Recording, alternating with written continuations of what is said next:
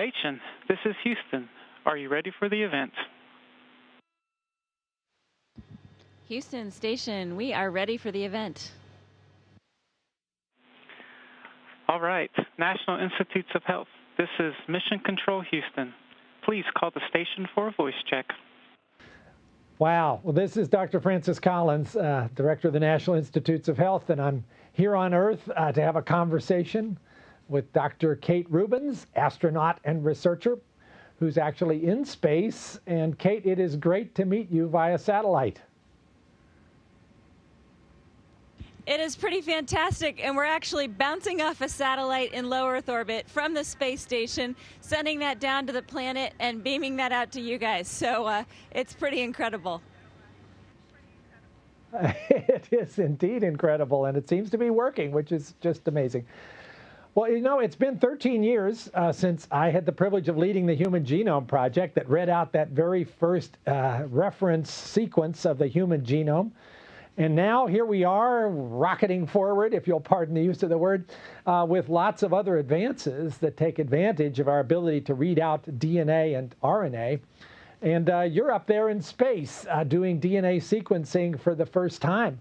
Here on Earth, we're in the process of launching a project that will invite 1 million people to take part in an unprecedented study to understand how DNA, as well as environmental experiences and health practices, lifestyle, diet, exercise, all of that plays out in human health and disease, something that's called the Precision Medicine Initiative. And I hope some of the people watching today will read more about that and think about signing up when we launch this in 3 or 4 months.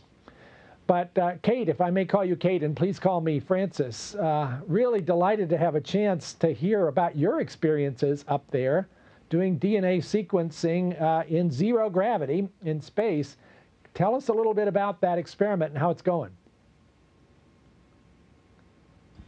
Yeah, this was truly an experiment in all senses of the word. We did not know if it was going to work the first time we were doing sequencing in space. And like every lab experiment, you put your pipetter down and you give it a try. And it actually was a fantastic technology demonstration. We have bubbles and fluidic changes in microgravity, and we were able to show that we can successfully do sequencing in space, and we've sequenced over 1 billion base pairs at this point. So we have this capability now in low Earth orbit. 1 billion base pairs already. That is pretty phenomenal. So that's like 1/3 of a human genome. And you're doing this on a DNA sequencing instrument that is extremely compact. Many of us who do DNA sequencing here on Earth, we use machines that are a pretty good size, not quite the same as they used to be, but they still occupy a big chunk of lab bench space. Yours sounds like it's about the size of a thumb drive.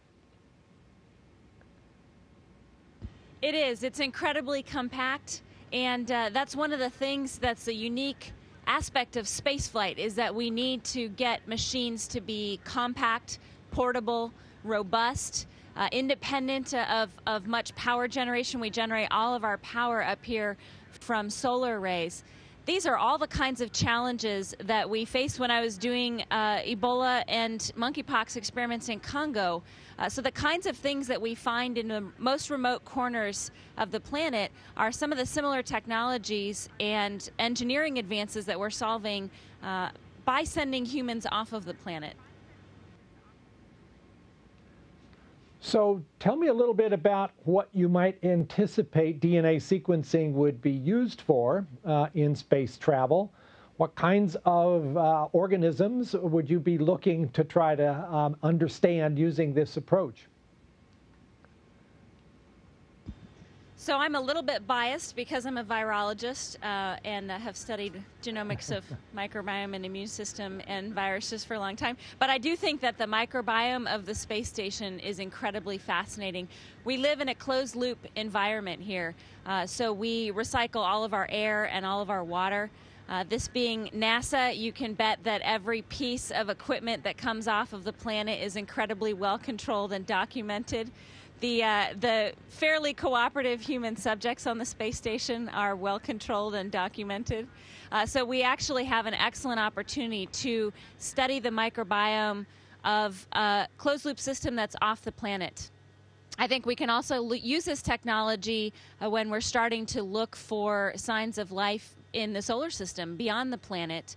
And we can also start to understand human health and disease. Most of our disease research is taking a variable and looking at human physiology under different conditions. We have the opportunity to look at human physiology as it's floating here. So this is obviously quite a unique laboratory if I'm talking to you from the ceiling or the wall. That was a nice demonstration. So we've collected a few questions from social media, and we'll also be taking a few live questions, and I'll be looking at them in a screen in front of me. And I see one here from Dieter Perkhofer, who's asking, maybe relevant to what you were just saying, is it possible to get the flu on the International Space Station? So that's actually one of the great things about being up here is that all of the astronauts who launched to the space station, and we have a couple of crew members who are launching in just a few days from Kazakhstan, are quarantined and screened. So we don't have the possibility to transmit a cold up here. You certainly could have other microbiological foodborne illness, that kind of thing, but we find that when we isolate humans from other human beings, that's actually a very incredibly effective antiviral transmission. So I want to ask you a few other things about the relationship between space travel and human health. And I'm happy to say that NIH and NASA have long-standing collaborations in this particular area, and we're excited about some of the things that are now possible. So for instance, astronauts like you are up there exposed in many ways to various types of radiation that we don't get on planet Earth because of the protective shield of the atmosphere. Just yesterday, Vice President Joe Biden, in announcing the latest plan for the cancer moonshot, highlighted a partnership between NASA and NIH and other agencies, specifically looking at whether we could learn more about the effects of various types of radiation on human cells by doing those experiments in places like the space station. Is that something that you could say something about? Are any of those experiments going on right now? Yeah, absolutely. That's one of the microgravity environment and cells floating is obviously an incredibly interesting thing to study, but the radiation environment, I think, is the second major factor on the space station. We just can't simulate the low Earth orbit radiation environment on the Earth with the beams and the accelerators that we have on Earth don't give us the same mix of particles that are currently bombarding human physiology in low Earth orbit. So we can study that up here. We have had long-standing partnerships with NIH to understand what's going on with cell physiology on orbit. And we can study this at a cellular level. We can grow cultured cells up here. We just grew cardiomyocytes from programmed adult stem cells for 42 days in orbit. And we can study rodent models. We can study humans as models. So we really have all of the tools at this point to understand how radiation, DNA, damage, and all the kinds of cellular stress that contribute to aging and cancer. We have a lot of tools to start to understand those in low Earth orbit.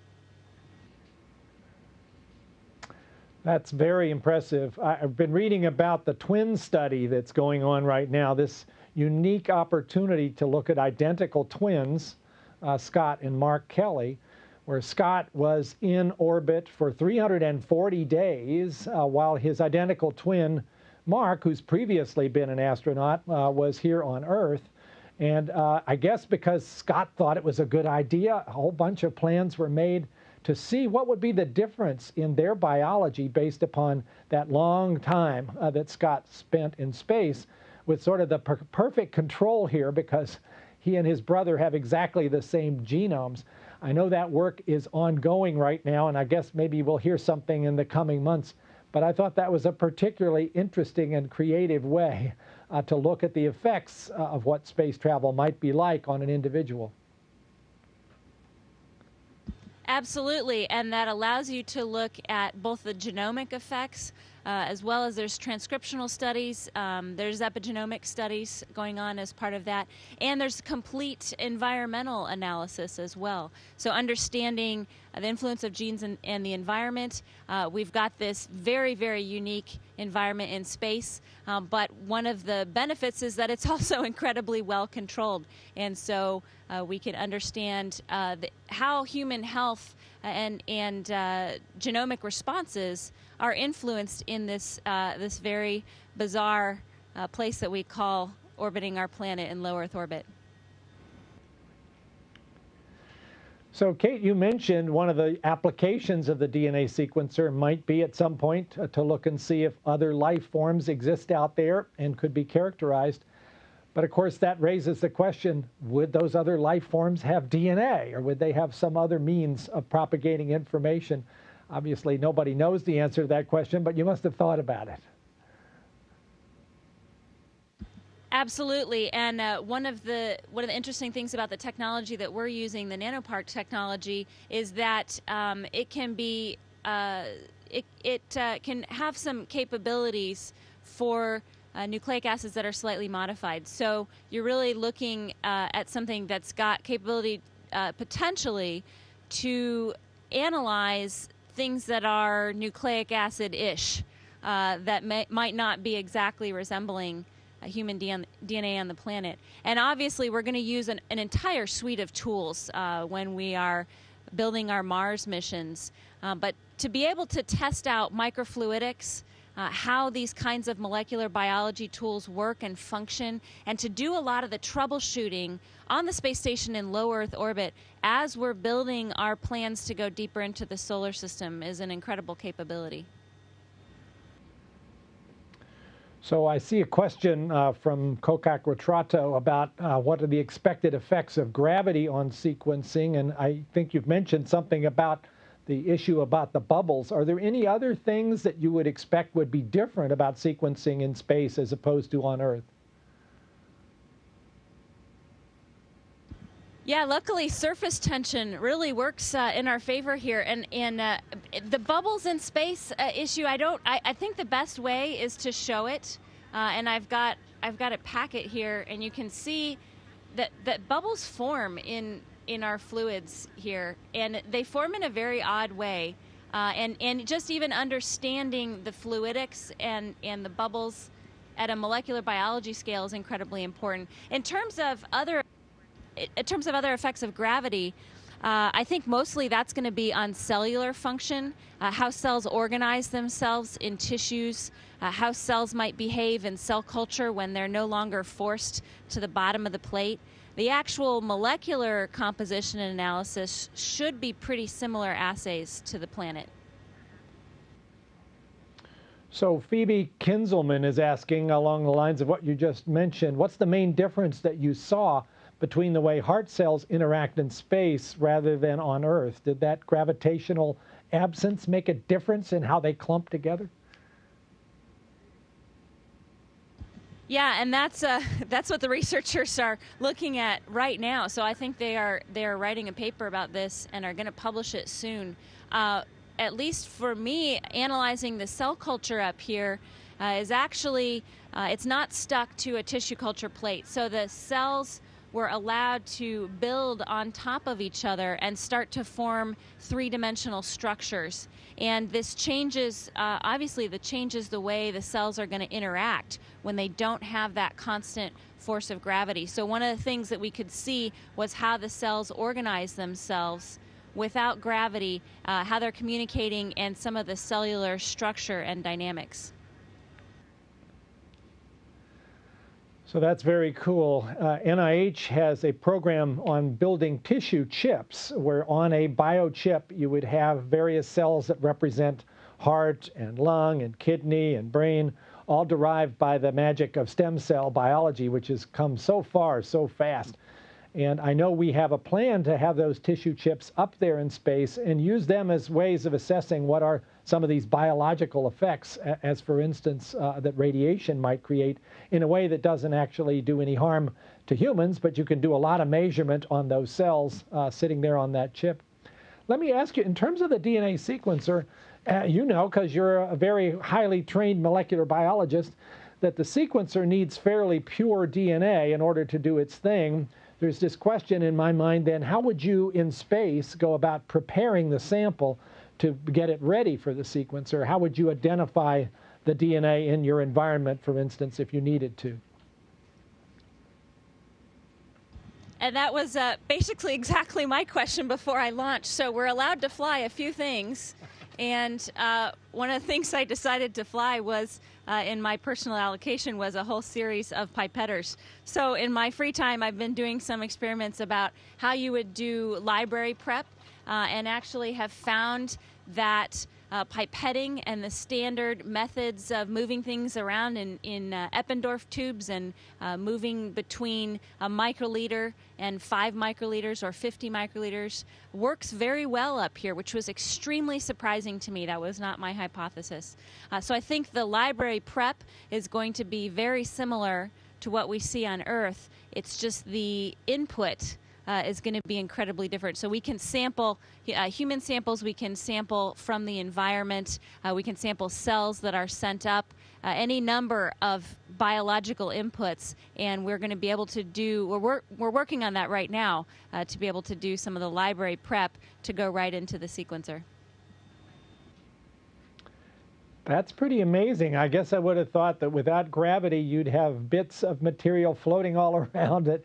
You'd try to pipette and it would go down in the tube and then it wasn't there anymore. But surface tension comes to the rescue. Is that what makes it work? It absolutely does. And so it's very strange to hold a reaction and pipette it just as you would on Earth and then be able to flip the tube upside down. And all of the liquid stays in there. So it is both identical to bench research on the planet and completely different. So, Kate, you've had an amazing career already. I know you were a fellow at the Whitehead Institute, one of the most cutting-edge places that does molecular biology. There's a question here from the live feed. What would you tell young students about your experience with science? Because I hope a lot of them are watching. I think my grandkids are. I would tell them to find something that they care a great deal about, something that they're incredibly passionate about. And I have not particularly tried to go in any direction in my career. I actually applied to be an astronaut while procrastinating a little bit on writing a R01 grant application. So I think I would say probably thank you directly, because I have found myself in some extraordinary and unexpected places because I have done whatever seems to be the most fascinating, interesting, and compelling thing to do at that time. I love that answer, and that's certainly the answer I would give as well to people asking, how do I plan my life career? It means a lot of it is keeping yourself open to unexpected opportunities. It sounds like being an astronaut was one of those for you, and not expect that you can actually plan things out over many decades. Things are changing too fast. There are too many exciting things happening in science. But if you have a passion to make a discovery, to make a difference in the world, to add to the knowledge of the universe, science is a great place to be right now. Never been a better time than right now to get engaged. So let me ask, because I think we're probably getting near the end of the time, are there other things, Kate, that you wanted to be sure to share with the people watching this about your experience up there? Well, I wanted to let folks know how amazing it is that we're sending human beings into low Earth orbit. And I'm incredibly excited. You mentioned some of the NIH, NASA partnerships. The things that we are able to do right now are both fantastic for where we are with launching human beings off the planet. We are just starting to send people into the solar system. I think as we look back on this in 50 years and 100 years, you're right. This is a very, very exciting time to be alive and to be involved in science and engineering and technology. And I also want to say that I think this is an incredibly exciting time for molecular biology and research. I think the places that we're going with the world of sequencing, the world of starting to understand our microbiome and human health and disease are very, very exciting. And so I'm really looking forward to future opportunities to work with NIH, with academic researchers, and with NASA to explore all of these. Well, thank you, Kate. It's been great to talk with you. You deserve our applause, our prayers. You're an inspiration to everybody. We'll be archiving this video for anybody who wants to view it later, and we look forward to Kate's safe return to Earth. Many thanks, everybody.